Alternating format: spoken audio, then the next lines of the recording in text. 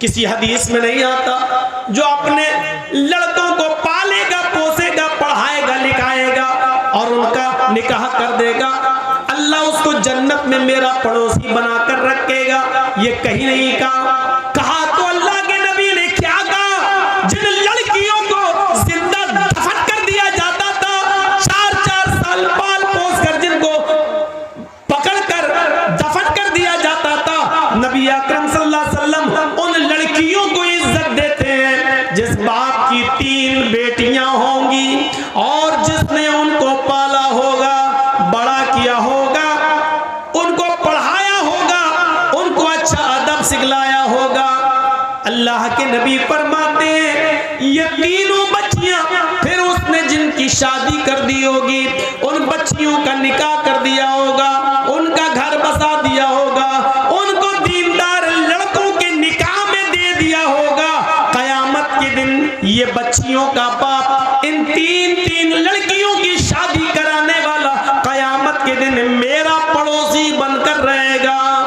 फिर आपने फरमाया जिसकी 2 बेटियां हैं, 2 बेटियों को पढ़ाने और लिखाने वाला भी कयामत के दिन मेरा पड़ोसी बनकर रहेगा। फिर एक सहाबिया उठी रोती हुई कहने लगी, अल्लाह के नबी मेरे पास तो 3 बेटियां नहीं है, 2 भी नहीं है, मेरे पास तो एक ही है। अल्लाह के नबी फरमाते हैं एक बेटी को ही पढ़ा लिखा, अच्छा अदब सिखला, उसकी शादी किसी दीनदार लड़के के साथ बालिग हो जाने के बाद कर दे, वो एक बच्ची की परवरिश करने वाला भी कयामत के दिन मेरा पड़ोसी बनकर रहेगा। मेरे भाइयों, जन्नत की बशारत लड़कियों की परवरिश पर अल्लाह के नबी सल्लल्लाहु अलैहि वसल्लम दे रहे हैं। यहां हम अंदाजा लगाएं कि अल्लाह इस्लाम ने लड़कियों को कितनी क्या इज्जत दी है, क्या इज्जत। एक इज्जत और देख लो, शादी के मौके पर हम और आप जाते हैं बाराती बनकर, 300-400 आदमियों की बारात लेकर, लड़का भी जाता है, लेकिन निकाह सबसे पहले किसका होता है? लड़की का। लड़की की इजाज़त के बिना, लड़की के सिग्नेचर के बिना लड़के का निकाह नहीं हो सकता है। जिन लोगों की शादियां हुई हैं उन सबको मालूम होगा, जिनकी शादियां हुई, जाती ना आपके यहाँ बारात जाती है कि नहीं जाती है? आजकल कहना पड़ रहा बारात, वरना हकीकत यह है कि इनको कहना चाहिए चोर और डाकू जो बारातों में जाते हैं। हकीकत है, ये लड़की वाले के यहाँ जाते हैं।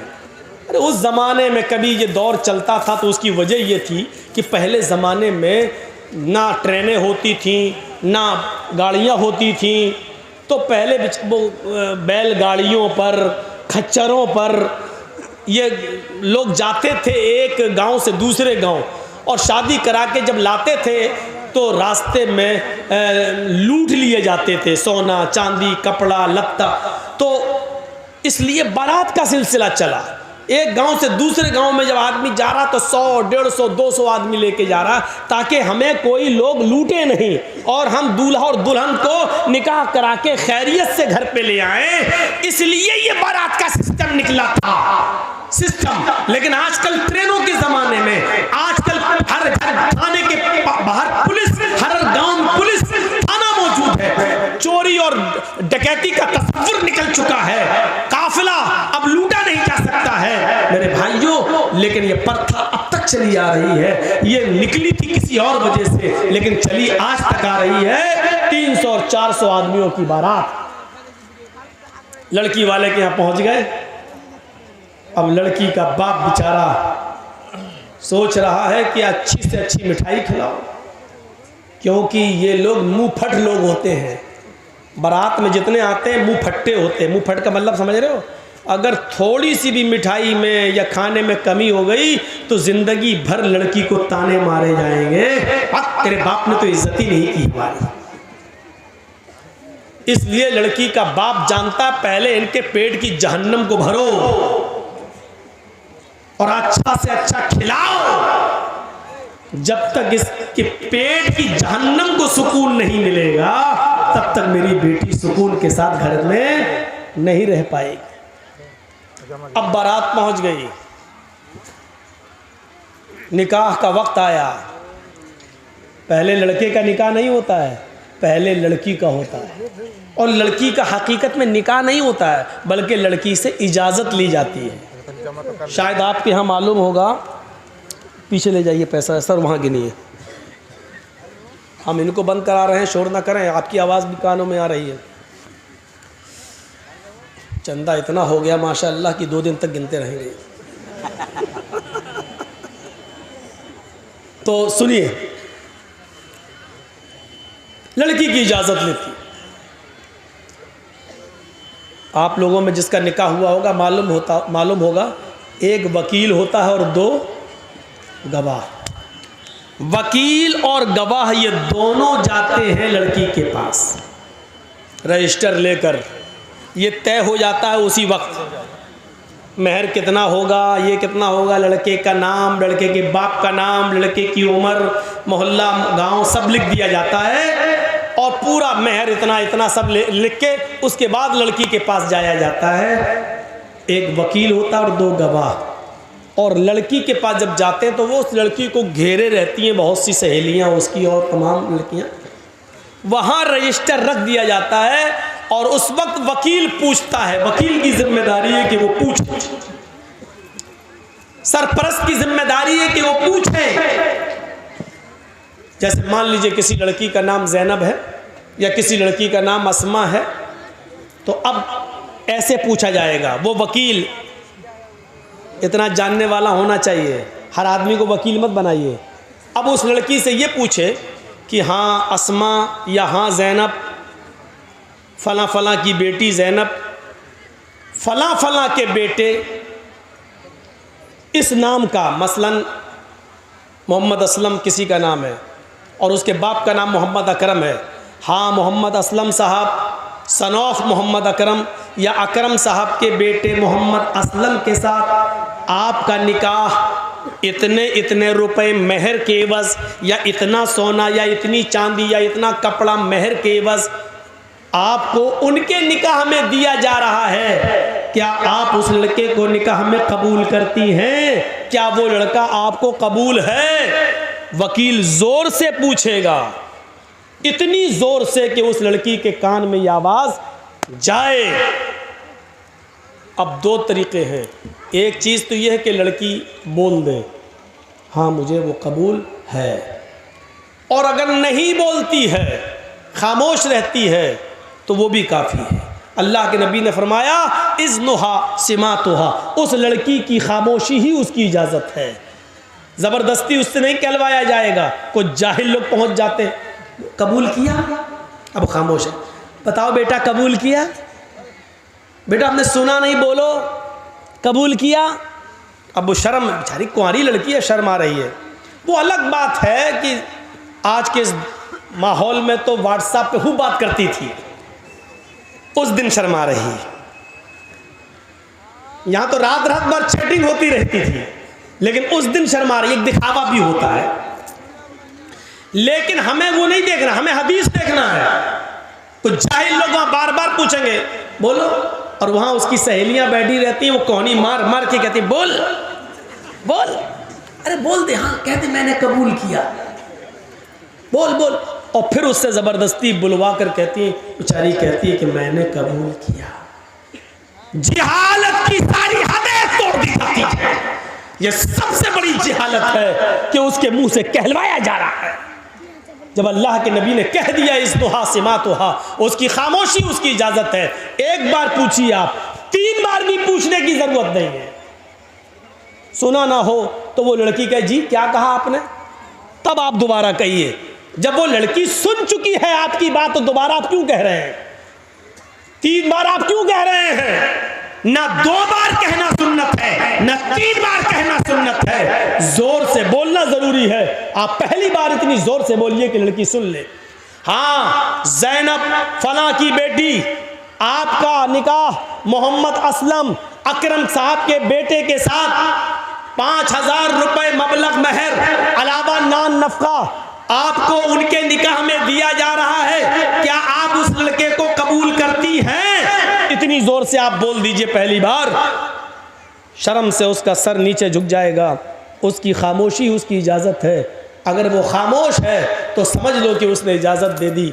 रजिस्टर आगे बढ़ा दीजिए, उससे साइन करा लीजिए और लेके चले आइए और कहिए कि लड़की ने साइन कर दिए हैं, लड़की ने इजाज़त दे दी है। उसके मुंह से कबूल है का लफ्ज़ ज़बरदस्ती मत कहलवाइए। ये उस औरत के लिए है जो शादीशुदा हो और जिसकी तलाक हो चुकी हो। उसको आप दोबारा निकाह उसका हो रहा, उसको बोलना पड़ेगा, क्योंकि अब उसके अंदर से शर्म निकल चुकी है। अब वो दूसरी शादी कर रही है, इसलिए उसको बोलना पड़ेगा। या जिसका शौहर इंतकाल कर गया, इद्दत गुजार के वो दूसरी शादी कर रही है, तो उस वक्त उसको बोलना पड़ेगा, हाँ मुझे फला आदमी कबूल है। लेकिन कुंवारी लड़की जिसकी शादी नहीं हुई है, उसकी खामोशी ही उसकी इजाजत है। और बस रजिस्टर लेके आइए और फिर लड़के का निकाह आप पढ़ाइए। लड़के का निकाह होगा, लड़की की इजाजत ली जाएगी। और याद रखना, दुनिया का कितना ही अमीर बाप हो, कितना ही बड़ा मौलवी हो, कितना ही बड़ा सरपंच और चौधरी हो, अगर उसने अपनी बेटी की मर्जी के खिलाफ उसकी शादी किसी दूसरी जगह कर दी तो इस शादी का कोई एतबार नहीं है शरीयत के अंदर। मसलन हम जहां करना चाह रहे हैं शादी, मेरी बेटी वहां तैयार नहीं है। मेरी बेटी जहां शादी करना चाह रही है वहां हम नहीं चाहते कि वो शादी करे।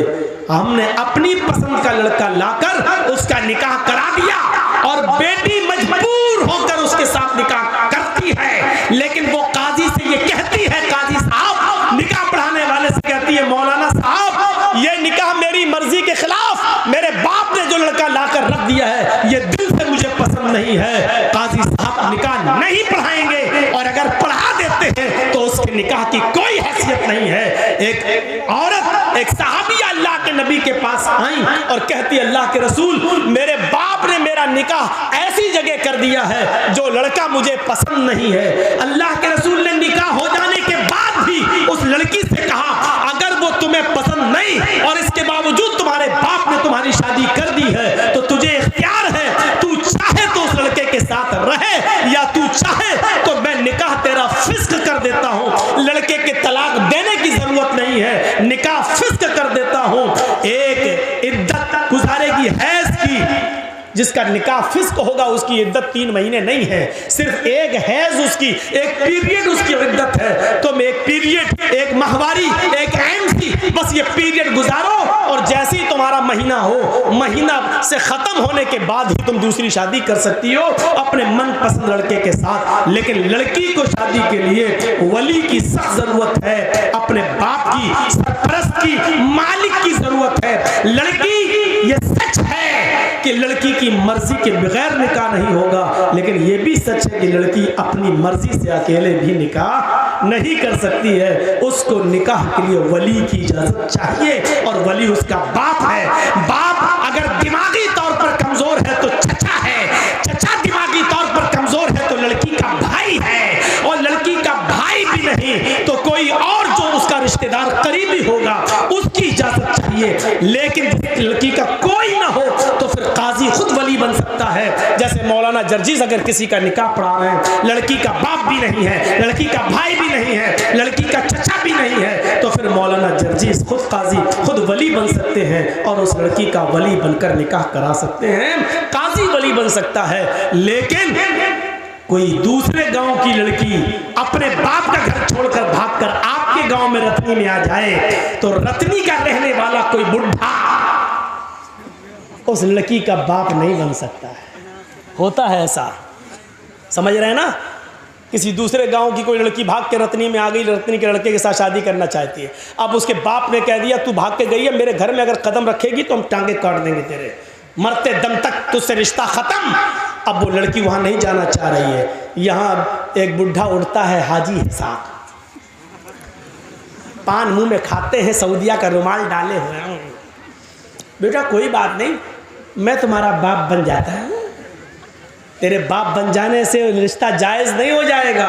वो लड़की भाग कर आई है, न किसी के बाप के बन जाने से, न हाजी और नमाजी कोई मौलवी भी उसका बाप नहीं बन सकता है। मुंह बोले बाप की कोई हैसियत नहीं है शरीयत के अंदर।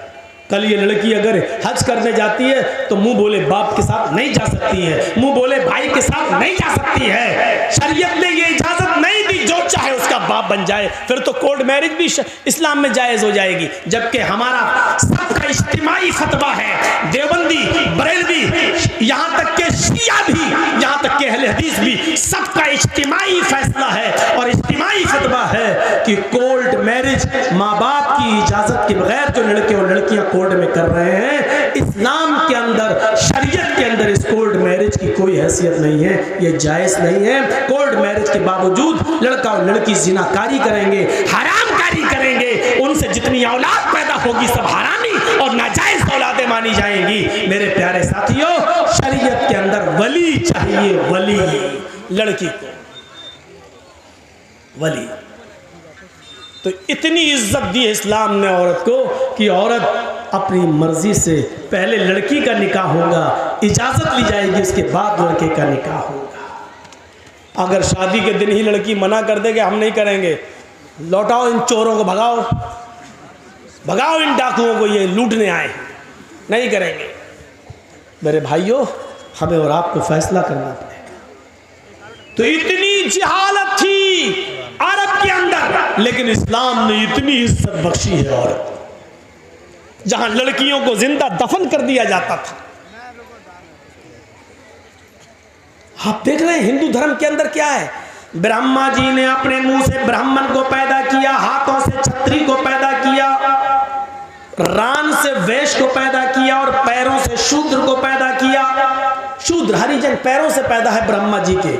आगे लिखा है कि अगर कोई ब्राह्मण किसी शूद्र की लड़की पर गलत नजर डाल दे, अगर किसी ब्राह्मण को किसी शूद्र की लड़की पसंद आ जाए तो शूद्र को चाहिए कि अपनी बेटी उस ब्राह्मण लड़के को दे दे।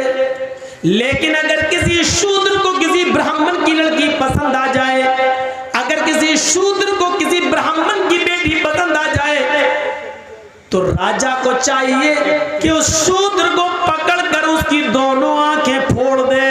इन जिन आंखों से उसने ब्राह्मण की बेटी को देखा उसकी आंखें फोड़ दे। गौर करें आप, ब्राह्मण को अगर पसंद आ जाए तो शूद्र को अपनी बेटी दे देना चाहिए, लेकिन शूद्र को अगर ब्राह्मण की बेटी पसंद आ जाए तो राजा को चाहिए कि उस शूद्र की दोनों आंखें फोड़ दे। ये इज्जत है औरत की हिंदू धर्म में, देख लीजिए आप। और इस्लाम इसके बरक्स क्या कहता है कि लड़की की इजाजत के बगैर तुम निकाह तक नहीं कर सकते हो।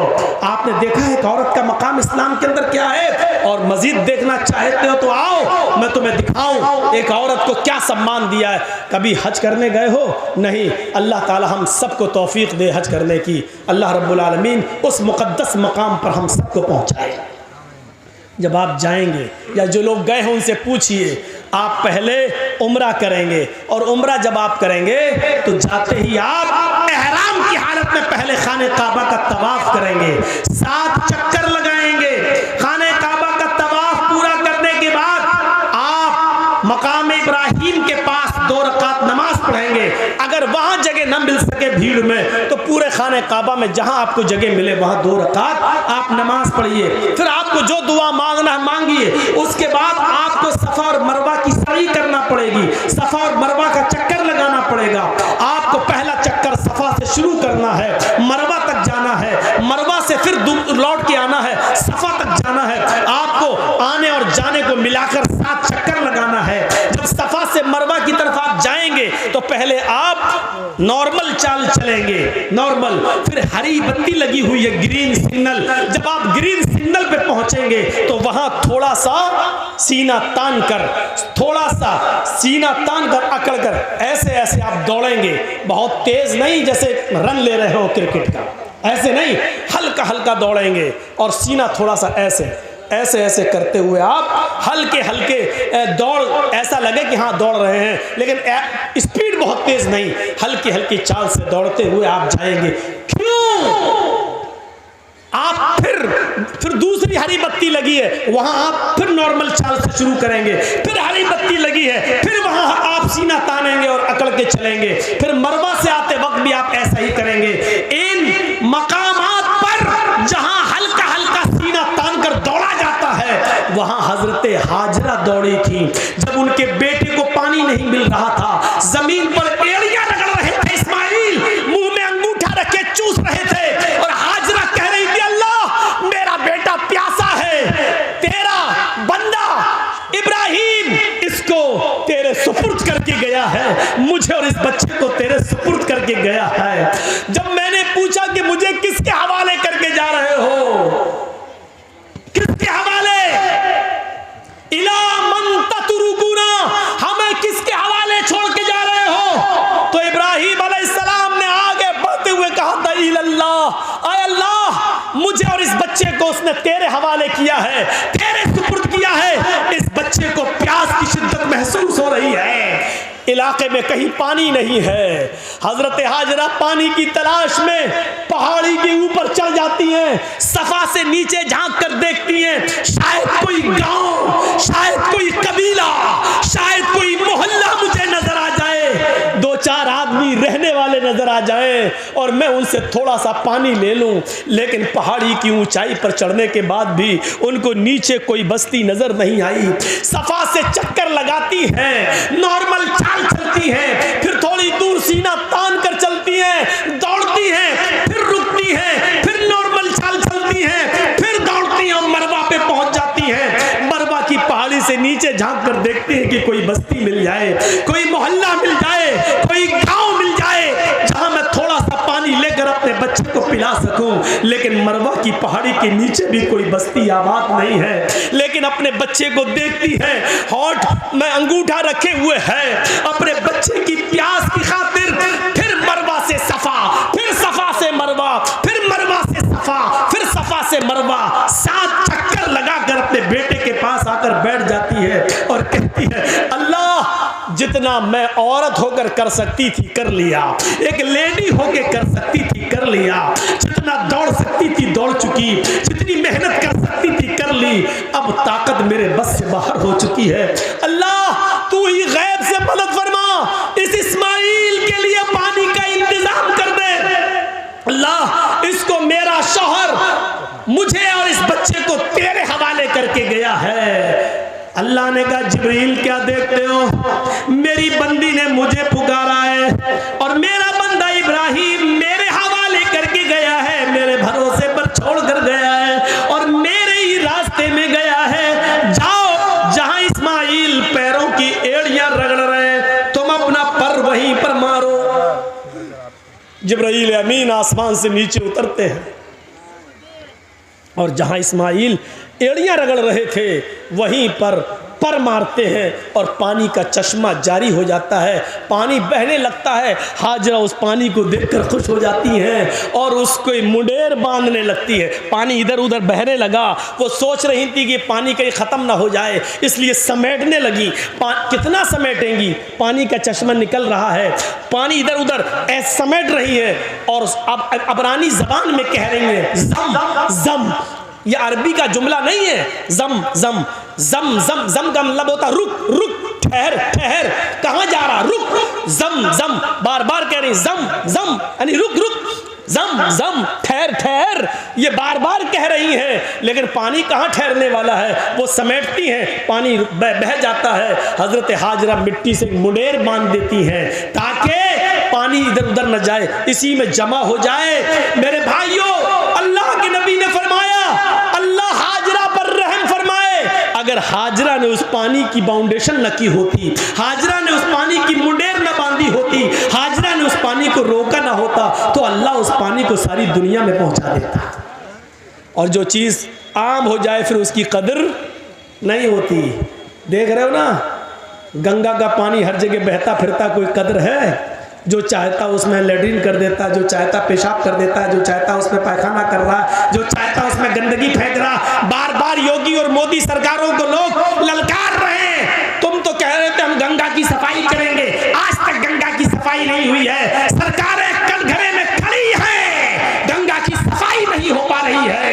अब इस पानी की कोई कदर नहीं, क्योंकि जो चीज़ आम हो जाती है उसकी कोई कदर नहीं होती है। आज जमजम की कदर इसलिए है क्योंकि वो आम नहीं हुआ है। हजरत हाजरा ने उसकी मुडेर बांधी। अब आपको जो बताना चाहता हूँ ये, हाजरा सफ़ा से मरवा तक जा रही हैं, कहीं कहीं सीना तान के जा रही हैं और दौड़ती हुई जा रही हैं। हर हाजी को जहाँ पे हाजरा दौड़ी थी, आज हाजरा की सुन्नत को ज़िंदा करना पड़ता है। वहाँ हर हाजी को थोड़ा सा या उम्रा करने वाले को सीना तान कर दौड़ना पड़ता है। अल्लाह के रसूल ने औरतों को मना कर दिया है, फरमाया है कि हमारी उम्मत की औरतें सीना तान कर नहीं दौड़ेंगी, वो अपनी नॉर्मल चाल में चलेंगी। लेकिन अल्लाह के रसूल ने हाजियों को, मर्दों को ये हुक्म दिया है कि उनको हाजरा की इस अदा को जिंदा करना होगा। जहाँ हाजरा नॉर्मल दौड़ी थी तुम्हें नॉर्मल दौड़ना है, और जहाँ हाजरा तेज दौड़ी थी वहां तुम्हें थोड़ा तेज दौड़ना है। जहाँ हाजरा ने थोड़ा सीना निकाल कर दौड़ी थी वहां तुम्हें थोड़ा सा सीना निकाल के दौड़ना है। मेरे भाइयों, हाजी और मुअतमिर उम्रा करने वाला हाजरा की इस अदा को जिंदा करता है, और इसको अल्लाह रब्बुल आलमीन ने हज और उम्रा जैसी इबादत का एक हिस्सा बना दिया है। जहां हाजरा के पैर दौड़ रहे हैं वही हाजी का पैर, और इसको इबादत। गौर करो, लिखो मीडिया वालों, लिखो अगर तुम्हारे कलम में ताकत है, सीआईडी वालों और वो लोग जो ये कहते हैं कि इस्लाम ने औरतों को पर्दे की चार दीवारी में बांध दिया है, औरतों पर जुल्म किया है, औरतों को घर से बाहर निकलने की इजाजत नहीं है। औरत को इस्लाम ने ये इज्जत दी है कि जहां हाजरा तेज दौड़ी वहां तुम्हें भी दौड़ना है, जहां हाजरा सीना निकाल के दौड़ी वहां तुम्हें भी निकालना है। और जब तक कोई हाजरा की सुन्नत को जिंदा नहीं करेगा, अल्लाह उसके हज और उम्रे को कबूल नहीं करेगा। हाजरा के नक्शे पाक को, हाजरा के नक्शे कदम को अल्लाह ने अपनी इबादत का एक हिस्सा बना दिया है। एक औरत के नक्शे कदम को अल्लाह ने अपनी इबादत बना दिया हो, इससे बड़ा एक औरत का मकाम क्या हो सकता है? इससे बड़ी एक औरत की इज्जत क्या हो सकती है? इससे बड़ा एक औरत का सम्मान क्या हो सकता है? कोई किसी मजहब ने औरत के पैर, औरत के हाथ, औरत के कदम को अपनी इबादत का हिस्सा नहीं बनाया है। आज भी देख लीजिए, हिंदू धर्म के अंदर बीवी की लंबी उम्र के लिए कोई रोजा और इबादत नहीं है, लेकिन आदमी की लंबी उम्र के लिए औरतों को करवा चौथ का रोजा रखना पड़ता है। यहां उल्टी गंगा बहती है। देखिए आप, मैं किसी मजहब पर तनकीद नहीं कर रहा हूं, हर आदमी आज़ाद है, किसी भी मजहब पर वो अमल कर रहा है।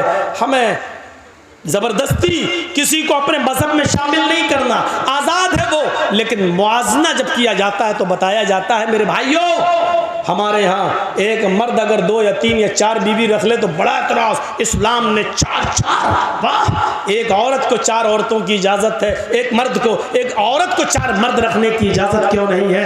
बड़े एतराज़ात उठते हैं। मेरे भाइयों, हम चाहें तो लौट कर तुम्हें भी जवाब दे सकते हैं। 5 पांडव एक ही पत्नी रखते थे, द्रौपदी। 5 पांडव की एक ही पत्नी थी, द्रौपदी। 5 भाइयों ने एक ही औरत को रखा था, द्रौपदी।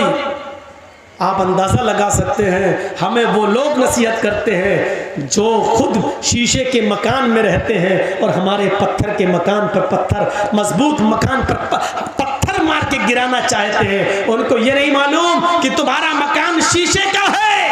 अगर इधर से जवाब में एक पत्थर हमने फेंक दिया है तो तुम्हारे मकान का हाल क्या होगा? मेरे भाइयों, जो खुद शीशे के मकान में रहते हो उनको दूसरों के पत्थर के मकान पर पत्थर फेंकने का हक नहीं है। उनको डरना चाहिए, अपने मकान के कमजोर होने का एहसास होना चाहिए, एहसास उनको होना चाहिए। जो हमारे नबी की 11 और 12 बीवियों पर एतराज करते हैं, उनको कृष्ण कन्हैया की गोपियों की तादाद मालूम होनी चाहिए। 16,108 शीशे के मकान में रहने वाला किसी के मजबूत मकान पर पत्थर नहीं फेंकता है, क्योंकि वो जानता है कि अगर जवाब में इसने पत्थर फेंका तो हमारे शीशे के मकान का हाल क्या होगा। इसलिए अक्लमंदी इसमें है कि आदमी किसी दूसरे के मजहब पर बगैर पढ़े लिखे तनकीद न करे, बल्कि हर मजहब को इज्जत की नजर से देखे। हम आपके मजहब की इज्जत करते हैं, लेकिन इस बात की इजाजत नहीं देते कि हमारे मजहब पर तनकीद हो। आप हमारे मजहब की इज्जत कीजिए और इस बात की इजाजत मत दीजिए कि हम आप आपके मजहब पर तनकीद करें। तनकीद करने का कोई हक नहीं है। मेरे भाइयों, जिस मजहब में जो अच्छाइयाँ हो वो ले लेना चाहिए। अच्छाई जहाँ से मिले वो हमारी खोई हुई अमानत है, उसे हमें ले लेना चाहिए। और बुराई जिस मजहब के अंदर भी हो, जिस धर्म के अंदर भी हो, उसको छोड़ देना चाहिए, चाहे वो किसी भी मजहब के अंदर पाई जा रही हो। मैं ये कह सकता हूँ कि इस्लाम के अंदर कोई बुराई नहीं है, मुसलमानों में बुराइयों की कमी नहीं है। दोनों बातें अलग अलग हैं। फिर सुन लीजिए, इस्लाम में कोई बुराई नहीं है, लेकिन मुसलमानों में किसी बुराई की कमी नहीं है। एक साइंटिस्ट ने कहा था कि मैंने जब धर्मों का मुताला किया तो मुझे सबसे अच्छा धर्म इस्लाम लगा। जब मैंने मजहबों का मुताला किया, हिंदू धर्म, ईसाई धर्म, जैन धर्म, सिख धर्म, यहूदी मजहब, बुद्ध मजहब, इस्लाम धर्म, मैंने सारे मजहब की स्टडी की तो मुझे पढ़ने में सबसे अच्छा मजहब इस्लाम लगा। लेकिन जब मैंने दुनिया घूम कर देखा और हर मजहब के मानने वालों का जायजा लिया, मैंने यहूदियों की बस्ती में यहूदियों को देखा, ईसाइयों की बस्ती में ईसाइयों को देखा, जैनियों की बस्ती में जैनियों को देखा, और हिंदुओं की बस्ती में हिंदुओं को देखा, बुद्धिस्टों की बस्तियों में बुद्धिस्टों को देखा, मुसलमानों की बस्ती में और मोहल्ले में मुसलमानों को देखा। मैंने हर बस्ती में हर मजहब के मानने वालों का जायजा लिया तो मुझे दुनिया की बिगड़ी हुई बदमाश बदकमाश कौमों में सबसे ज्यादा बदतर और सबसे ज्यादा नालायक कौम मुसलमान नजर आई। हकीकत कड़वी मगर हक बजाने में उसने बात कही है। ये क्या बात है कि दूसरों की बुराई हमें सुनकर बड़ा मजा आता है, अगर हमारे अंदर भी कोई कमी है तो उसको सुनने की भी क्षमता हमारे अंदर होनी चाहिए। हम उस साइंटिस्ट की तारीफ करते हैं कि उसने हमारे मजहब को गलत नहीं कहा। हम उस साइंटिस्ट की तारीफ करते हैं कि कौमों का मुआयना करने के बाद सबसे ज्यादा कमी उसको अगर नजर आई तो मुसलमानों की नजर आई। उसने क्या कहा, मैंने जब धर्मों का मुताला किया तो सबसे अच्छा मजहब इस्लाम लगा, लेकिन जब हमने कौमों का मुआयना किया तो सबसे बदतर कौम मुझे मुसलमान नजर आई।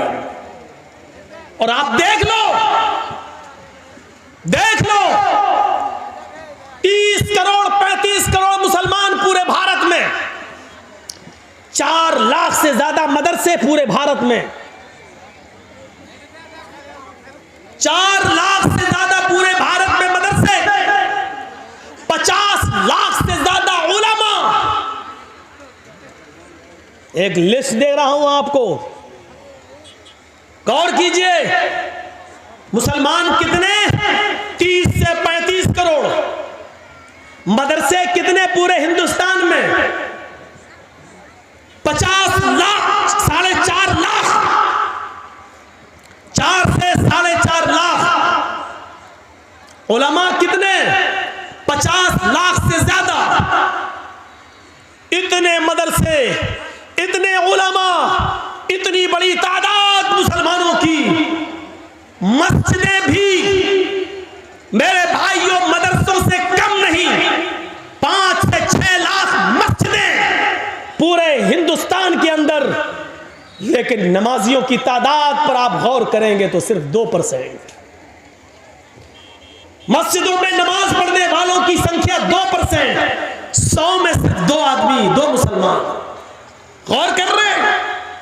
30 से 35 करोड़ मुसलमान, 4 से 4.5 लाख मदरसे, 5 से 6 लाख मस्जिदें, 50 से 60 लाख उलमा। इतनी बड़ी तादाद के होने के बावजूद मस्जिदों में नमाज पढ़ने वालों का परसेंट 2%, जुमे में 5%, ईद और बकरीद रमजान में 10%, थोड़ा सा बढ़ जाते हैं। ईद और बकरीद में ये तादाद बढ़ के 15 और 20%। ये 80% कहां गए? और 5 वक्त होने वाली नमाज में 98% मुसलमान कहां? ये मुहासिबा कौन करेगा? ये हिसाब कौन करेगा? तुम अपने बच्चों से उनकी पढ़ाई लिखाई का हिसाब नहीं कर पाते हो, नमाज और रोजे का हिसाब क्या करोगे? अल्लाह के रसूल ने हिसाब किताब बताया था, जब तुम्हारा बच्चा 7 साल का हो तो नमाज पढ़ने का हुक्म दो, ना पढ़े कोई बात नहीं, कभी पढ़ेगा कभी छोड़ेगा, लेकिन 10 साल का हो तो मार मार के नमाज पढ़ने ले जाओ। अगर नहीं पढ़ता तो मारो। नबी ने तरीका बताया था, नमाज पढ़ने के लिए आदत बनवाई थी और 10 साल के बाद मारने का हुक्म दिया था। लेकिन जब बाप ही नमाज नहीं पढ़ता तो वो अपने बच्चे को क्या मारेगा? हम तसव्वुर करें, गुस्सा आता है। मैं ये नहीं कहूंगा कि गुस्सा नहीं आना चाहिए, गुस्सा जिंदों को आता है, मुर्दों को नहीं। गुस्सा जिंदों को आता है, मुर्दों को नहीं। मैं बिल्कुल नहीं कहूंगा कि तुम्हें गुस्सा नहीं आना चाहिए, गुस्सा आना चाहिए, लेकिन गुस्सा कब आना चाहिए? कब? जब कोई जय श्री राम का नारा लगाए तो उसके जवाब में तुम अल्लाहु अकबर का नहीं। गुस्सा तब आना चाहिए जब आप अपने बेटे के हाथ में शराब की बोतल देखें। गुस्सा तब आना चाहिए जब रात के 12 बजे आपकी जवान बेटी बिस्तर पर लिहाफ और रजाई के अंदर मोबाइल चला रही है और फेसबुक चला रही है, एंड्रॉइड मोबाइल इस्तेमाल कर रही है। आपको गुस्सा आना चाहिए। आपको गुस्सा आना चाहिए कि आपकी बीवी पूरे दिन बाजार में शॉपिंग करती रही और शाम को घर आई। आपको गुस्सा आना चाहिए कि बेपर्दगी के साथ वो घर से निकली तो किसकी इजाजत लेके गई। आपको गुस्सा आना चाहिए कि आपकी बेटी स्कूल जाती है तो किसके साथ जाती है और किसके साथ आती है। उसके आने और ले जाने के लिए कौन, आपने किसको मुतय्यन किया है। अकेले अगर जाती है या मोहल्ले की चंद सहेलियों के साथ जाती है तो आपको मोहल्ले और गांव की चंद सहेलियों पर एतबार कैसे है? क्योंकि सहेलियां एक दूसरे की सहेली होती है। तुम मेरी मत कहना, मैं तुम्हारी नहीं कहूंगी। तुम अपने बॉयफ्रेंड के साथ जाओ, हम अपने बॉयफ्रेंड के साथ जाते हैं और घर जब पहुंचेंगे तो हम लोग एक साथ हो लेंगे, तुम हमें फला जगह पे मिल जाना। आपने अपनी बेटी को गांव की चंद लड़कियों के साथ स्कूल जाने की इजाजत कैसे दे दी? और दे दी तो आपने उसका पीछा करके कभी देखा? कभी आपने पूछा कि स्कूल से ये लड़की कितने बजे गई, हमारे घर पे कब पहुंचती है? ये हिसाब किताब कौन करेगा? मुसलमानों, तुम हिसाब किताब करने वाली कौम हो। तुम बच्चों के लिए अगर बाप हो तो अपने बच्चों का हिसाब लो, शौहर हो तो अपनी बीवी का हिसाब लो, अगर भाई हो तो अपनी बहन का मुहासिबा करो। मुहासिबा जिंदे करते हैं, मुर्दों से हिसाब नहीं लिया जाता है। हिसाब जिंदों से तलब किया जाता है, मुर्दों से नहीं। तुम जिंदा कौम हो, हम तुमसे हिसाब ले सकते हैं। ये मदरसे में कितना चंदा हुआ है आपने दिया है, आप हिसाब लो मदरसा कमेटी से। मदरसे कमेटी के लोगों को बुरा नहीं मानना चाहिए, क्योंकि एक एक रुपया आपकी अमानत है, आपके बच्चों पर ही खर्च होगा। इसलिए हिसाब जिंदे लेते हैं, हिसाब जिंदे देते हैं। हजरत उमर जब मिंबर पे खड़े हुए और नई कमीज पहनकर खुतबा देने लगे तो एक नौजवान उठा और कहने लगा, उमर खुतबा देना बंद कर, तकरीर करना बंद कर, खुतबा नहीं देने दूंगा। हजरत उमर ने कहा, क्यों, वजह क्या है? कहा, पहले इस बात का हिसाब दो, ये नया कुर्ता तुम्हारे पास कहां से आया? तुम्हारी तनख्वाह बैतुल माल से इतनी नहीं है कि तुम नई कमीज सिला सको, आज नया कुर्ता तुम्हारे पास कहां से आया? हजरत उमर कहने लगे कि इसकी सफाई मेरा बेटा देगा। हजरत उमर फारूक का बेटा उठता है, सफाई पेश करता है कि बैतुल माल में जो चादरें आई थी वो सारे मुसलमानों में तकसीम होना थी। एक एक चादर सबको मिली, मेरे बाप को भी एक चादर मिली, मेरे बाप ने उसी चादर की कमीज बनवा ली है। नौजवान खड़ा होता और कहता, अमीरुल मोमिनीन, एक एक चादर सबको मिली थी, मुझे भी मिली थी। मैं दर्जी के पास गया था, टेलर के पास गया था, मैंने अपना माप दिया, उस चादर में मेरी कमीज नहीं बनी। तुम तो हमसे ज्यादा लंबे हो, हमसे ज्यादा चौड़े हो, हमसे ज्यादा लंबे चौड़े हो और मोटे तंदुरुस्त भी हो, फिर तुम्हारी एक चादर में कमीज कैसे बन गई? उनके बेटे ने खड़े होकर जवाब दिया, नौजवान, एक चादर मुझे भी मिली थी, सबको एक एक चादर मिली थी, मेरे बाप को भी मिली, मुझे भी मिली, सबको एक एक मिली तो उसमें मुझे भी मिली। मेरे बाप की अपनी चादर में जब कमीज नहीं बनी तो मैंने अपनी चादर भी अपने बाप को दे दी। मेरी और अपनी दोनों कमीजें मिलाकर मेरे बाप ने दोनों चादरें मिलाकर कमीज बना ली। नौजवान कहने लगा, बैठ गया, अमीरुल मोमिनीन, अब मुझे इत्मीनान हो गया, अब मैं सेटिस्फाई हो गया, अब आप खुतबा दीजिए। जिंदा लोग हिसाब लेते हैं और जिंदा लोग हिसाब देते हैं। ना हिसाब लेने पर गुस्सा होना चाहिए, ना हिसाब देने पर गुस्सा होना चाहिए। हिसाब जिंदे हिसाब जिंदा देते हैं। गुस्सा जिंदों को आता है, मुर्दों को नहीं। हम नहीं कहते कि गुस्सा दबाओ, हम नहीं कहते कि गुस्से को तुम पी जाओ, हम कहते हैं गुस्सा उठाओ, गुस्सा उभारो, गुस्सा निकालो, भड़ास निकालो, लेकिन जायज जगह पर, नाजायज जगह पर नहीं। अल्लाह के नबी को भी गुस्सा आता था, और गुस्सा इतना आता था कि आपकी आंखें सुर्ख हो जाती थी और ऐसा लगता था जैसे किसी ने अनार का रस, अनार का जूस किसी ने नबी अकरम की आंखों में डाल दिया हो। इतना गुस्सा आता था जनाब मोहम्मद रसूलुल्लाह को, लेकिन नाजायज बात पर नहीं, जायज बात पर गुस्सा आता था। आज दुनिया की कौमें आज हमारा मजाक उड़ाती हैं और हम मुश्तइल हो जाते हैं। यहाँ गुस्सा नहीं आना चाहिए। मसलन अभी कुछ दिनों पहले एक आदमी ने इस्लाम को बहुत बदनाम किया, कुरान को लेकर बहुत बातें कही, हमारे नबी को लेकर बहुत बातें कही, लेकिन हम नहीं समझ पाए कि वो सारी बातें कहने के पीछे कौन है। हम नहीं समझ पाए, वो बातें कह नहीं रहा, उससे कहलवाई जा रही है, और कौन कहलवा रहा है ये भी मैं जानता हूं, लेकिन हम न नाम ले रहे हैं, न आपको बताना चाहते हैं और न नाम लेना चाहते हैं। जब तक आप इन चैनलों पर पाबंदी नहीं लगाएंगे, हमने नाम लेना बंद कर दिया है, क्योंकि इन चैनल वालों ने मुझे कहीं का नहीं छोड़ा है। मेरे ऊपर इतने केस करवाए हैं, इतने केस करवाए हैं कि मैं ज़िंदगी में कभी इनको माफ़ नहीं कर सकता। मना करने के बावजूद इन्होंने वही चीज़ें डाली हैं जिन चीज़ों से मैंने इनको रोका था। सिर्फ इनके अकाउंट में पैसा आ रहा है, चलाओ बेटा, जितना चला सकते हो चलाओ, लेकिन याद रखना मरना तुम्हें भी है, तुम्हें भी मरना है। और मैंने अब ऐलान कर दिया है, अब जब भी कोई मुझसे जलसे की डेट लेगा तो मेरी पहली शर्त होगी कि कोई भी चैनल वाला नहीं आएगा। ये दिसंबर का महीना ख़त्म हो रहा है, 3-4 दिन और रह गए हैं। अब जनवरी में मेरा यहाँ कोई प्रोग्राम नहीं है, मैं बम्बई जा रहा हूँ, और फरवरी से जितने भी प्रोग्राम होंगे सबके साथ ये शर्त लग चुकी है कि कोई चैनल वाला हमारे जलसे में नहीं आएगा। आएगा तो मैं नहीं आऊँगा। और धोखा एक बार दोगे, बार बार नहीं। जिस जलसे में मैंने किसी चैनल वाले को देख लिया, मैं जिसको बुलाऊंगा, जो मेरे लिए अच्छा होगा और मेरे कहने के मुताबिक जो स्पीच जो देता, उसको बस बुलाएंगे, किसी को नहीं बुलाएंगे। जो मेरे कहने पर चलेगा बस वही, और वो 1-2 आदमी है, इससे ज़्यादा मैं किसी को इजाज़त नहीं दूंगा। ये 1 फरवरी से मैं ये कानून नाफिज कर दिया हूँ। दिसंबर तक चूँकि दे चुका था प्रोग्राम, इसलिए मैं किसी को रोक नहीं पाया। याद रखिए, आज तक, आज की तारीख बता रहा हूँ, अब तो 26 हो गई, 25 तारीख को ये जलसा रखा था हमारे मुखिया जी ने।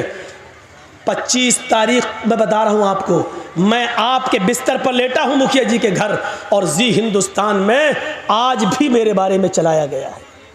आज भी जी हिंदुस्तान मुझे दिखा रहा है, आज भी उसने यही बिहार और बंगाल की तकरीरों की कटिंग आज भी उसने पेश की है। मैंने तुम्हारा सुअरपना देख लिया है। मैं ये जुमला बोल रहा हूँ, तुम्हारी आंखों में सुअर का बाल है। बहुत अच्छी तरीके से मैं समझ गया हूँ, इन चैनल वालों को मैं कभी माफ़ नहीं करूँगा। मेरे भाइयों, तकलीफ दिल से होती है, मना करने के बावजूद इन्होंने वही हरामीपना दिखाया है, वही हरामीपना। मुझे इनके माँ बाप से पूछना पड़ेगा, ये तुम्हारी औलाद दिन में पैदा हुई थी कि रात में? तुम्हारी भी बात मानती है कि नहीं मानती है, ये मुझे पूछना पड़ेगा इनके माँ बाप से। लगता है ये ज़रूर रात में पैदा हुए होंगे, क्योंकि रात में पैदा होने वाली अक्सर औलाद नाफरमान, मैं कानून नहीं बता रहा हूँ, ना कोई मौलाना कौन सी हदीस में आया है, मैं बता नहीं रहा हूँ ना, आप ये पूछें, ये इनमें अक्सर रात में पैदा हुए होंगे। तो मेरे भाइयों, कहना तो बहुत कुछ चाहता हूँ, लेकिन छोड़ देता हूँ। गुस्सा तो बहुत है मेरे अंदर। फिर मैंने कहा था ना, गुस्सा जिंदों को आता है, मुर्दों को नहीं। मेरी इस बात को याद रखना। लेकिन वो गुस्सा अगर आया तो वो मेरा नाजायज़ गुस्सा हो जाएगा। उतना हमें नहीं बोलना था, इसलिए हम रोक रहे हैं अपने आप को। चलिए, 1 फरवरी से तुम खुद ही रुक जाओगे। तो मेरे भाइयों, मैं यही कह रहा हूँ कि अपना हिसाब करो, अपने बच्चों का हिसाब करो, पूछो। आज की नौजवान नस्ल, हमारी बेटियाँ, हमारी लड़कियाँ, आप बैठे हो, खामोश हो, सोचो क्या प्लानिंग हो रही है हमारी बेटियों के बारे में। कभी सोचा आपने ठंडे दिल से? कभी सोचा है आपने? सोचिए, मंसूबे क्या हो रहे हैं। गुस्सा आना चाहिए, लेकिन जायज जगह पर, नाजायज जगह पर नहीं। एक आदमी को साथ मिला सरकार का, गवर्नमेंट का, और उस आदमी ने कुरान का मजाक उड़ाया, हमने उसको नंगा किया। एक आदमी जय श्री राम के नारे लगाकर हमें उकसाता है, हमें मुश्तइल करता है, और हम भी उसके जोश में आ जाते हैं और हम भी उसके अपोजिट दूसरे नारे लगाते हैं। अरे यही तो वो चाह रहा था, आपने जो चाह रहा था आपने उसके मकसद को पूरा कर दिया, आपने उसके मकसद को पूरा कर दिया। आपको ऐसा नहीं करना था। नहीं, आपको मालूम है कि हिंदुस्तान में उनका कुछ नहीं होगा। एक है ना डासना का पंडित, डासना का, अरे उत्तर प्रदेश में डासना नाम की एक जगह, वहाँ का एक पंडित है ना, कितना भड़काता है, कितना बरगलाता है। टीवी, एनडीटीवी ने तो बाकायदा दिया कि अभी तक जेल में क्यों नहीं गया। देखिए कितना बरगलाता है, लेकिन ज़रूरी नहीं कि जो आदमी हमें बरगलाए हम भी वैसा ही जवाब दें, कोई ज़रूरी नहीं है। मेरे भाइयों, शॉर्टकट में एक जवाब दे दूं आपको, अक्लमंदी ये नहीं है। अगर कोई पागल कुत्ता मेरे पैर में काट ले, जर्जीस को अगर कोई पागल कुत्ता काट ले, तो क्या जर्जीस भी उस पागल कुत्ते को काटे? बताइए तो, क्या ये अक्लमंदी होगी? अगर कोई पागल कुत्ता काट लिया हमारे पैर में, अब जर्जीस को गुस्सा, कमीने तूने काटा, पकड़ पकड़ पकड़, हम भी काटेंगे, पकड़वाया और काट रहे उसको, तो उससे बड़े पागल तो हम हो गए। तो कुछ लोगों का दिमाग खराब हो चुका है। किस नशे में हो चुका है? उनके साथ पुलिस की ताकत है, उनके पास एसएसपी और डीएम की ताकत है, उनके पास हुकूमत की ताकत है। वो जानते हैं हम कुछ भी कह देंगे हमारा कुछ नहीं होगा। इस नशे में, हुकूमत के नशे में, पुलिस और एसपी और डीएम की ताकत के नशे ने उनको पागल कर दिया है। वो हमें बरगलाएंगे। अक्लमंदी यह है कि उनके बरगलाने में हम ना आए। हाथी का काम होता है खामोशी के साथ चलते रहना, और कुत्तों का काम होता है भौंकते रहना। अगर हाथी भौंकने वाले कुत्तों को पीछे मुड़ के देखने लगा, तो हाथी जिस मंजिल पे जाना चाहता नहीं पहुंच पाएगा। हाथी चलता रहता है, वो जानता है कि ये कुत्ते हैं, इनकी आदत भौंकने की है, भौंकते रहेंगे, थक जाएंगे, खुद ही छोड़ देंगे। इन भौंकने वाले कुत्तों को उनकी हालत पे छोड़ दो। हम भौंकने वाले कुत्तों का नाम भी ले देते, लेकिन इन यूट्यूबर वालों की वजह से नहीं ले रहे हैं। आप समझ जाओ, और जिसने इन भौंकने वाले कुत्तों को समझ लिया वो पूरी तकरीर समझ गया। समझ लो कि वो कामयाब हो गया। मेरे भाइयों, ये यूट्यूबर वाले तुम्हें समझने नहीं दे रहे हैं, लेकिन हमने तुम्हें समझा दिया इशारों में। जो इन भौंकने वाले कुत्तों को समझ जाए वो पूरा जलसा समझ गया, और समझ लो कि मुखिया जी के कराए हुए जलसे को आपने कामयाब कर दिया। मेरा इशारा समझ जाओ, भौंकने वाले कुत्ते कौन हैं, और हाथी बनने की कोशिश करो। खामोशी के साथ चले जाओ और भौंकने वाले कुत्तों के भौंकने का जवाब मत दो। यही तुम्हें इस्लाम ने सिखाया। अपनी आदत बदलो, वरना काटे जाओगे और मारे जाओगे, पकड़े तुम ही जाओगे। आपको मालूम है एक तालाब पर बह रहा था एक नदी, ऊपर पहाड़ से एक नदी के पानी इधर से आ रहा था, नदी बह रही थी, और जहां से पानी बह रहा था वहां शेर पानी पी रहा था और दूसरी तरफ बकरी पानी पी रही थी। मैं तुम्हारे हालात बतला रहा हूं, सुनो, इशारों में बतला रहा हूं, समझ लो। उधर पानी शेर पी रहा है, इधर पानी बकरी पी रही है। पानी शेर की तरफ से बहता हुआ आ रहा है और बकरी। मोबाइल अपना बंद करो, मुझे मालूम है आजकल भंगियों चमारों के पास भी मोबाइल होते हैं। बंद करो, यहाँ टूटू हो रही है। रात के 2:22 पर किसका फ़ोन आ रहा होगा, सोचो तो ज़रा। तो दिमाग लगाओ बेटा, जिस स्कूल में तुम पढ़ते हो मैं उसका हेडमास्टर रह चुका हूँ, ये सब मत बताओ। यहाँ से सुनिए, जहाँ से शेर पानी पी रहा है इधर बकरी पानी पी रही है, तो शेर ने, दोनों ने एक साथ मुंह लगाया। शेर को तो बहाना चाहिए था। शेर ने कहा, बकरी तूने मेरे पानी को झूठा क्यों किया? अब देखो उल्टा बोल रहा है। जबकि पानी शेर झूठा कर रहा है और पानी शेर की तरफ से बहता हुआ बकरी के पास आ रहा है। शेर का झूठा पानी बकरी पी रही है, लेकिन शेर ने बकरी से क्या कहा, तूने मेरा पानी झूठा क्यों किया? बकरी कहने लगी, जंगल के राजा, मैंने कहाँ झूठा किया है? पानी तो आपकी तरफ से बहता हुआ आ रहा था, आपका झूठा पानी मेरी तरफ आ रहा था, मैंने तो आपका झूठा पानी पिया। बकरी का ये जवाब सुना शेर ने तो कहा, अच्छा मुंह भी चला रही है, मुझसे बहस भी कर रही है। आया और मारा पंजा और फाड़ दिया बकरी को और खा गया। ये सूरत हाल है तुम्हारी और हमारी। अगर हम जायज बात भी करेंगे तो पकड़ी जाएगी, और वो नाजायज बात भी करेंगे तो नहीं, क्योंकि पावर है, नशा है। नशा उतरता अच्छे अच्छों का उतरा तो तुम्हारा क्या है? फिरौन का उतरा, कारून का उतरा, नमरूद का उतरा, हिटलर का उतरा, तुम्हारा भी उतरेगा। जाओगे कहां? नशा उतरना है, आज नहीं तो कल। और राहत इंदौरी ने कभी कहा था, जो आज साहिबे मसनद हैं कल नहीं होंगे। जो आज साहिबे मसनद हैं कल नहीं होंगे। किराएदार हैं, जाती मकान थोड़ी है। यूपी में हवा बदल रही है, हालात किस तरफ जा रहे हैं हमें मालूम है। बस जरूरत है अक्लमंदी से काम लेने की। बिहार वालों ने थोड़ी सी गलती कर दी, आज बीजेपी और जनता दल यू की गवर्नमेंट बन गई। वो गलती कहां है उस तरफ हम इशारा नहीं करना चाहते। बंगाल वालों ने उस गलती को नहीं दोहराया तो आज पैर उखड़ गए। इसी फर्क को अगर यूपी के मुसलमान समझ लिए तो इंशाअल्लाह उधर की फिजा भी बदल जाएगी। मेरे भाइयों, जरूरत है अक्ल और शऊर से काम लेने की। ये नहीं देखना है हमारा कौन तुम्हारा कौन, ये देखना है कि हमारा कम नुकसान किसमें है और ज्यादा नुकसान किसमें है। इस चीज की जरूरत है आज। आपको मालूम है, अपने अंजाम से बाखबर रहिए। एक मिसाल और देता हूं, बड़ी अच्छी मिसाल है। एक शेर, सुनिएगा मिसाल। ए भैया बैठ जाओ, ए चाय वाले बैठ जाओ, बहुत बिक चुकी है तेरी चाय।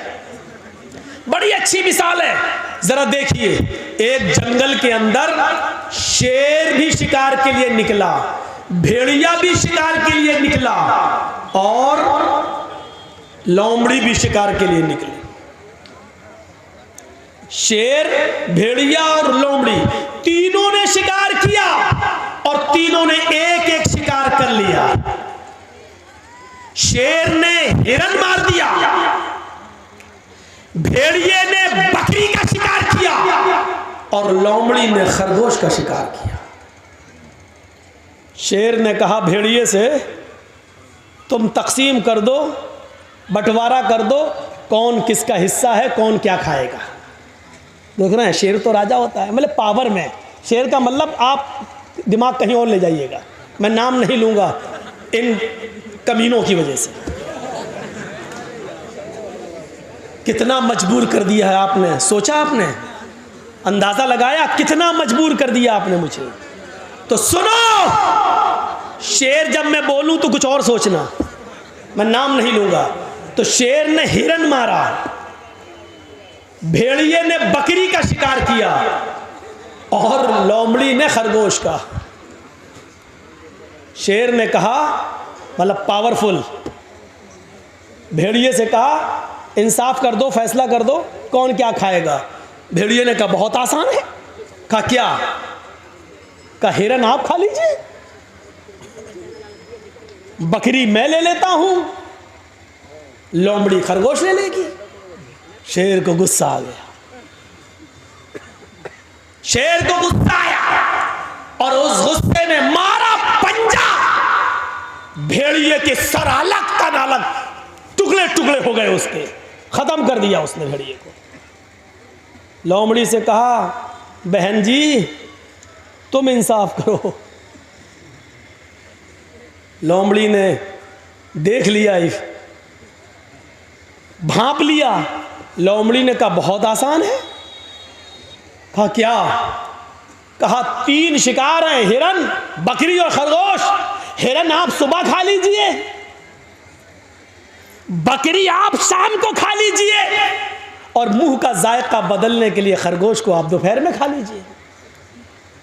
शेर ने कहा वाह, बहुत अच्छा फैसला, वाकई इतनी अकल तुम्हें किसने दी, इतना अच्छा फैसला तुम्हें किसने सिखाया? उसने कहा इस भेड़िए ने, इस भेड़िए के अंजाम ने। इतनी जबरदस्त मिसाल देने के बाद भी हमारी अकल नहीं खुल रही है।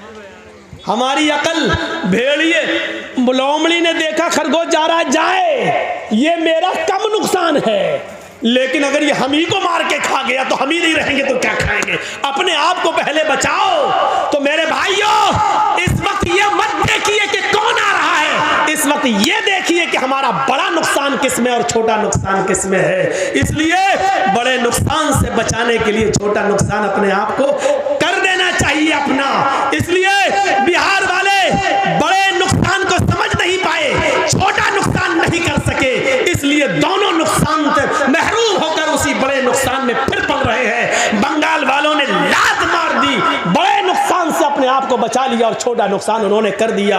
अल्लाह उत्तर प्रदेश की आवाम को भी बड़े नुकसान से बचने की तौफीक अता फरमाए, उनको अक्ल व शऊर अता फरमाए और उनको भी समझदारी से काम ले, और लोमड़ी की तरह उनको भी इबरत हासिल करने की तौफीक अता फरमाए। वरना हाल वही होगा जो भेड़िए का हुआ, क्योंकि पावर, इंसाफ तो यही था। शेर ने हिरन मारी, शेर हिरन खा ले, भेड़िए ने बकरी मारी, भेड़िया बकरी खा ले, लोमड़ी ने खरगोश मारा, लोमड़ी खरगोश खा ले। भेड़िए ने फैसला सही किया, लेकिन इसके बावजूद भी उसको जान से हाथ धोना पड़ा। अच्छा, नौरा पंजाब बेचारा गया, लोमड़ी से कहा तुम इंसाफ करो। उसने कहा दिन में आप सुबह में हिरन खा लीजिए, शाम को बकरी खा लीजिए, और दोपहर में अगर मुंह का जायका बदलना हो तो खरगोश का टेस्ट कर लीजिए। तीनों आपके। वाह वाह, क्या अच्छा फैसला किया। लोमड़ी से कहा लोमड़ी, इतना अच्छा फैसला तुझे किसने सिखाया? सीधे कहती है भेड़िए के अंजाम ने, भेड़िए ने, इसी भेड़िए से सीखा है मैंने। तो आप भी कुछ सीखिए, उत्तर प्रदेश के लोग बिहार से सीख लें और बंगाल से भी सीख लें। मिसाल भी बड़ी अच्छी हो, बड़े अच्छे मौके पर याद आई है। तो मेरे भाइयों, अपने अंजाम को समझने की कोशिश कीजिए। अपने हम जानते हैं हमारा इस वक्त कौन है, कोई नहीं।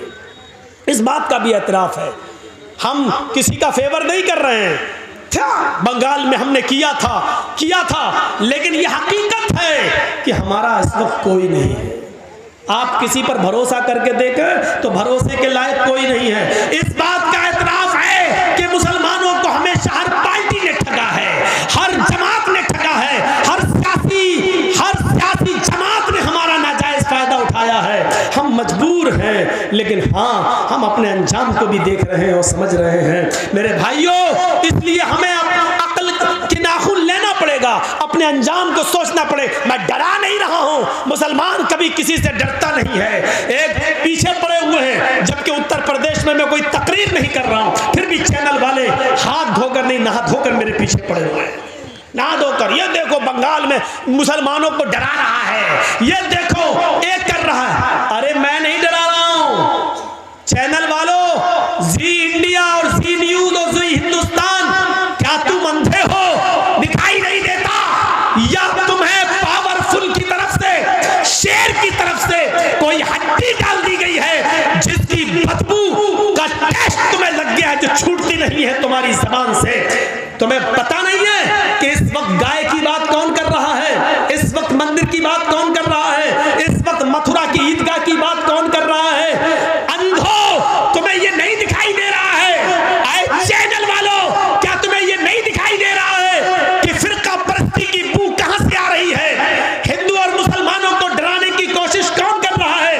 आपस में ये बंटवारा कौन कर रहा है? चैनल वालों, ये तुम्हें दिखेगा नहीं, क्योंकि हड्डियों ने तुम्हारे अंदर नशा पैदा कर दिया है। वो हड्डी शेर की तरफ से आई है। शेर, बस अक्लमंद रहा इशारा काफी, शेर की तरफ से आई है। इस शेर को समझ जाओगे आप कौन है। शेर भी कभी बकरी बनेगा, और कहो इंशाअल्लाह। कहो इंशाअल्लाह। ये तहज्जुद की नमाज का वक्त है रात का, और अल्लाह ताला पहले आसमान पर आ जाता है। इस वक्त दुआ कीजिए कि बारे इलाह जो हमारे मुल्क के लिए बेहतर हो उसको मुल्क का मुहाफिज बना। हम ऐसी दुआ ही नहीं कर रहे हैं कि कोई हम पर केस करे। हम तो ये कह रहे हैं जो हमारे देश के हक में बेहतर हो, जो हमारे मुल्क के हक में बेहतर हो, जो हमारे मुल्क की हिफाजत करता हो, जो सच में हमारे मुल्क को अपना मुल्क समझता हो। ऐ अल्लाह तू इस मुल्क का इक़्तिदार उसको अता फरमा।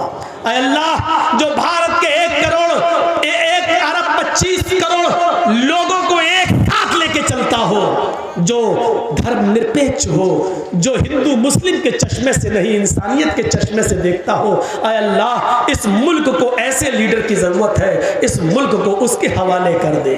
आमालुकुम व मालुकुम, जैसे तुम्हारे आमाल होंगे वैसे तुम्हारे ऊपर हुक्मरां मुसल्लत होंगे। हमारे आमाल अच्छे होंगे तो अच्छे हुक्मरां, हमारे आमाल बुरे होंगे तो हमारे ऊपर बुरे हुक्मरां मुसल्लत होंगे। अल्लाह रब्बुल आलमीन से दुआ है कि बारे इलाह तू हमें हमारे आमाल की इस्लाह करने की तौफीक अता फरमा, और फिर तू हमारे ऊपर अच्छे हुक्मरानों को मुसल्लत फरमा दे। बारे इलाह हम तुझसे दुआ करते हैं कि इस मुल्क में अमन पैदा फरमा दे, सुकून पैदा फरमा दे, शांति पैदा फरमा दे। ऐ अल्लाह जिस तरह एक बाग के अंदर आम, सेब, पपीता, अमरूद, अंगूर, अनार सब होता है और किसी फल को किसी फल से दुश्मनी नहीं होती है, उसी तरह इस मुल्क में हिंदू, मुसलमान, सिख, ईसाई सब लोग रहते हैं। अल्लाह हम सबको आपस में भाई भाई बना दे, एक दूसरे का हमदर्द बना दे, एक दूसरे का गमख्वार बना दे, एक दूसरे के लिए अपनी कुर्बानी देने वाला बना दे। ऐ अल्लाह एक दूसरे का दर्द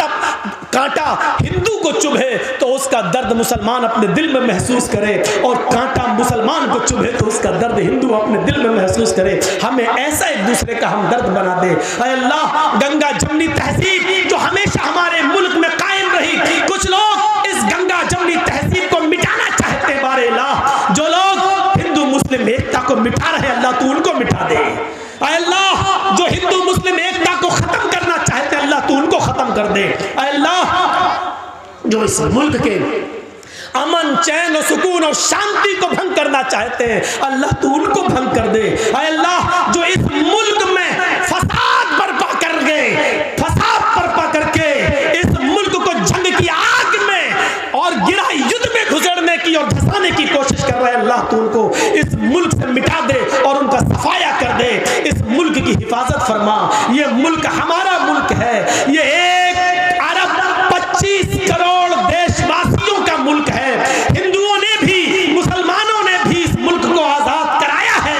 ऐ अल्लाह इस मुल्क के अमन और चैन से कुछ लोग खिलवाड़ कर रहे हैं, अल्लाह तू उनको खिलौना बना दे, उनको निशाने इबरत बना दे। जिस तरह हिटलर बना, हज्जाज इब्न यूसुफ बना, जिस तरह और लोगों को तूने निशाने इबरत बनाया, बारे अल्लाह तू उनको भी निशाने इबरत बना दे। बाद में आने वाली नस्ल उनके जुल्म को याद करे, उनके सितम को याद करे। 11:30 बजे 11:40 पर मैं आया था और फिर 12:40 पर, और मेरा 2 घंटे का तकरीबन पूरा वक्त हो गया है, 1:45 तो हो ही गया है। तो मेरे भाइयों हम अल्लाह से दुआ करते हैं कि बारे इलाह हमें अक्ल व शऊर से काम लेने की तौफीक अता फरमा। बारे इलाह जब तक तू हमें जिंदा रख, इस्लाम पे जिंदा रखना, और जब हमारा खात्मा हो तो ईमान पर हमारा खात्मा फरमाना। और आखिरी ऐलान ये आपसे कि मदरसे 2 साल कोरोना का शिकार रहे हैं और नहीं चल सके हैं। आपसे आखिरी गुजारिश, आपने किसके हाथ में किसका क्या ताउन किया है मुझे नहीं मालूम, लेकिन मेरे हाथ में आप क्या ताउन करना चाहते हैं, मुझसे क्या मोहब्बत है, अपने अपने